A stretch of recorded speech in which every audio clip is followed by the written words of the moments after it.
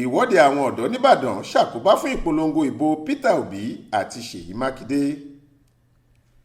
Ìwọ́de táwọn ọ̀dọ́ ń ṣe káàkiri ìlú Ìbàdàn nítorí ìṣòro ọ̀wọ́n gógó owó náírà ti ṣàkóbá fún ètò ìpolongo ìdìbò olùdíje fúnpò ààrẹ lórílẹ̀‐èdè yìí lórúkọ ẹgbẹ́ òṣèlú Labour Party ọ̀gbẹ́ni Peter Obi nílẹ̀ Yorùbá. Kìíní ọ̀hún pa gómìnà ìpínlẹ̀ Ọ̀yọ́ ẹnjìníà Ṣeyi Makinde pàápàá lára nínú ètò ìpolongo ìbò tirẹ̀ náà.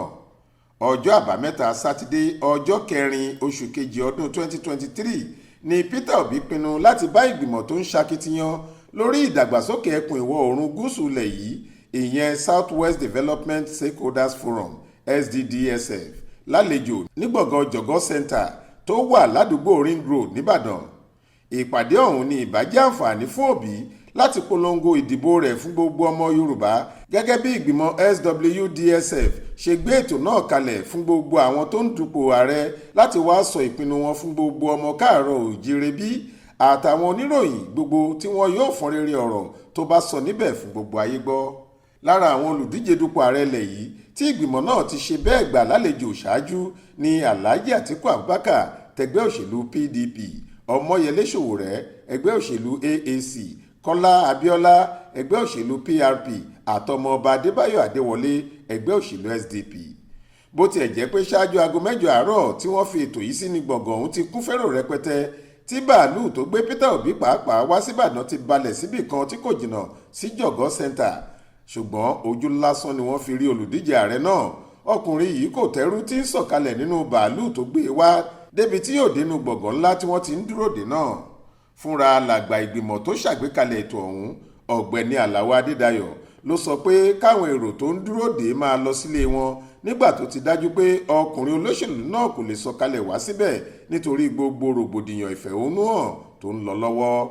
Nígbà tó ń kéde ìsúnsíwájú ètò ọ̀hún, alága ìgbìmọ̀ tó ṣàgbékalẹ̀ ètò náà ọ̀gbẹ́ni Àlàó Adédayọ̀ tó tún jẹ́ olùdásílẹ̀ ìwé ìròyìn Aláròyé sọ pé mo kí gbogbo wa pátápátá.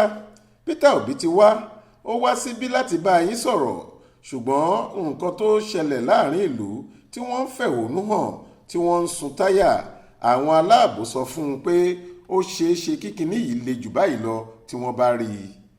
Òun náà ló pè wá, ó ní ṣe ibí yìí ṣèèfù fóun láti wá. Àwa náà wá ṣàlàyé pé Ọlọ́run ò ní jẹ́ kárí kò ṣe dáadáa. Tí nǹkan bá ṣẹlẹ̀, àwọn èèyàn kan á sọ pé nílẹ̀ Yorùbá ni wọ́n ti kọlù Peter Obi pé wọ́n mọ̀ọ́mọ̀ ṣe é ni. Ìyẹn làwa náà fi wá sọ pé ó dáa tí àìsí ètò ààbò tó wà nílùú kò bá fààyè gbà á kó máa lọ, tó bá dọjọ́ míì a ó tún máa pè é.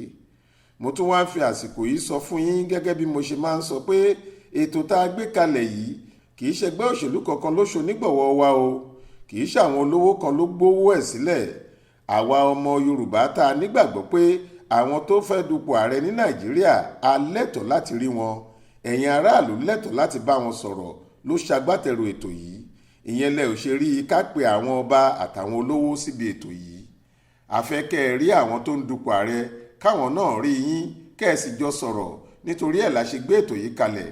A ò gbowó kankan lọ́wọ́ olóṣèlú kankan, a ò sì retí owó kankan lọ́wọ́ wọn, nítorí ẹ̀ la ṣe lè sọ fún yín pé kẹ́ ẹ máa lọ sílé yín. Nǹkan jíjẹ tá a máa ń fún yín níbi ètò yìí ṣì wà o, wọ́n máa tó gbé oúnjẹ náà dé láìpẹ́. Ẹni tó bá lè dúró jẹ kó dúró jẹ, ẹni tí ò bá sì lè dúró jẹ kó máa gbé e lọ sílé. Ẹ ṣeun o.